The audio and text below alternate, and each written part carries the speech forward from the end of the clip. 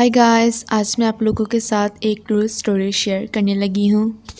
ये बताते हैं कि मेरा नाम उमैर है और ये वाक़या मेरे और मेरे दोस्तों के साथ पेश आने वाला एक सच्चा वाक़या है। हम 3 दोस्त थे। मेरे 2 दोस्तों का नाम उबैद और अली था।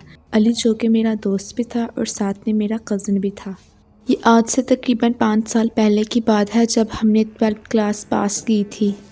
हम तीनों दोस्तों ने यूनिवर्सिटी में इकट्ठे एडमिशन लिया। यूनिवर्सिटी में हमारा एक नया दोस्त बना जिसका नाम अदनान था।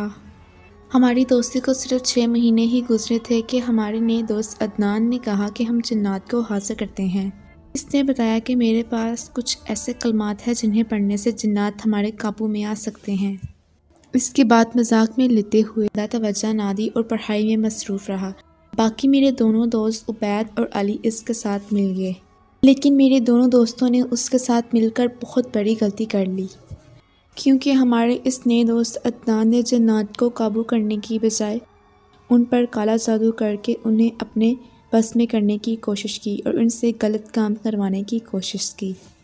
लेकिन ये बात हमें मालूम ना थी।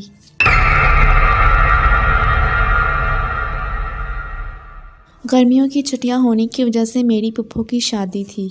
मैं और मेरा कज़न अली जो कि मेरा दोस्त भी था, हम पुप्पो की शादी पर चले गए। तकरीबन 15 दिनों बाद हम वापस आए तो हमें पता चला हमारे नए दोस्त अदनान की डेथ हो चुकी है।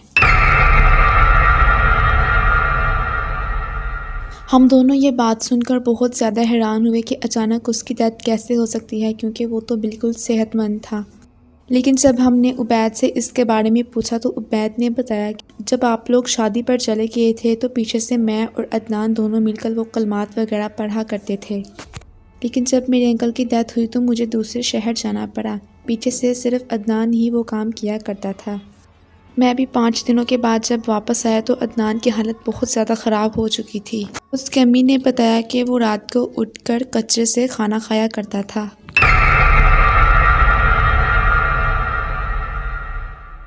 और मज़ीद ये कि वाशरूम की गलाज़त को अपने फेस पर लगाता। एक दिन जब कारी साहब को घर में बुलाया गया, उन्होंने कुछ कलमात वगैरह पढ़ने शुरू कर दिए। अदनान फ़ौरन से छत की तरफ भागा और ऊपर से छलांग लगा दी। बाद में पता चला कि अदनान जो कलमात वगैरह पढ़ता था वो गलत मकसद के लिए थे। जो कलमात वो पढ़ा करता था वो काले जादू के बारे में थे।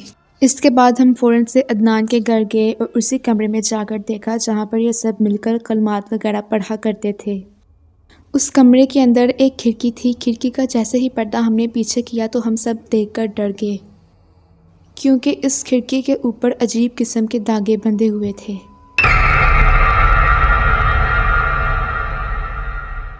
जब हमने अदनान के घर वालों से पूछा कि क्या कभी उन्होंने इस कमरे की सफाई नहीं की, उन्होंने बताया कि अदनान हमें इस कमरे में आने से मना करता था और बोलता था कि मेरा वहाँ पर ज़रूरी सामान पड़ा हुआ है, कोई भी उस कमरे में ना जाए और सफाई भी ना किया करे, मैं खुद ही कर लूँगा। फ़ौरन से हम सब ने वो धागे खोले और इन सब को नहर में बहा दिया। इसके बाद हमने इस किस्म का कोई भी काम दोबारा ना किया। तो ये थी आज की स्टोरी। अगर आपको ये स्टोरी पसंद आई हो तो इस वीडियो को लाइक करें और मज़ीद ऐसी स्टोरीज़ जानने के लिए हमारे चैनल को सब्सक्राइब करें।